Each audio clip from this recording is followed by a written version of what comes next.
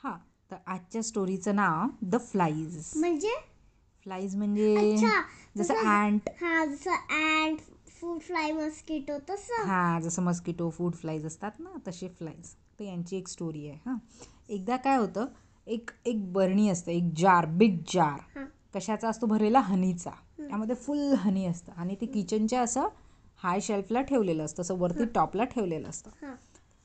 काहीतरी गडबड होते आणि ती पडून फुटून जाते बरणी.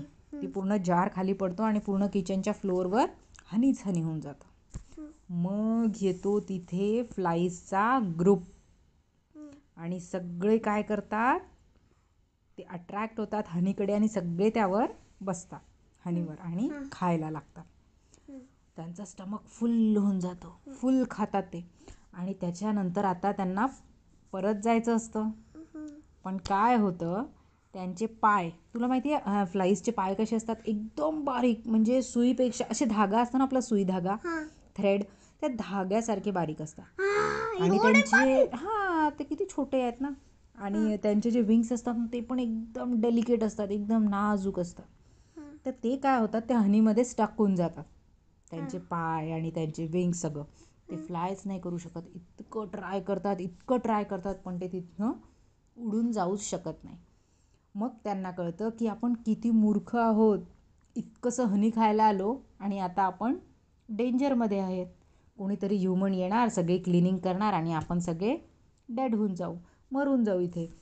ते मग त्यातली एक जण खूप ट्राय करते की कसं आपण किती चुकी केली. आपण गार्डनमध्ये जाऊ शकलो असतो ना फ्लावर्सवरचं हनी खायला, थोड्याशा मजा करायला, थोडंसं गोड गोड खायसाठी आपण इथे आलो आणि आपली लाईफ आपण डेंजरमध्ये टाकली.